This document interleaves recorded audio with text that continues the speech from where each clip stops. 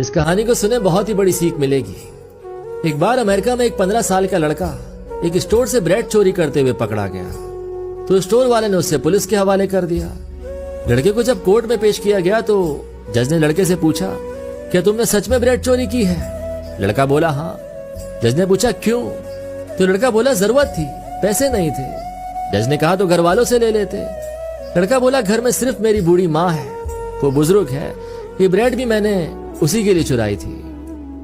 जज बोला फिर कोई काम क्यों नहीं करते? तो लड़का बोला मैं एक कार वॉश कंपनी में काम किया करता था। एक दिन माँ ज्यादा बीमार हो गई, मैंने छुट्टी मांगी तो उसने काम से ही निकाल दिया। जज ने कहा फिर किसी की मदद मांग लेते। लड़का बोला मैंने 50 लोगों से मदद मांगी, जब किसी ने मदद नहीं की तो मैंने आखिर में एक कदम उठाया। अदालत खत्म हुई और जज ने फैसला सुनाते हुए कहा, चोरी करना एक बहुत बड़ा जुर्म है, लेकिन यहाँ चोरी एक ब्रेड की रिस्क की है।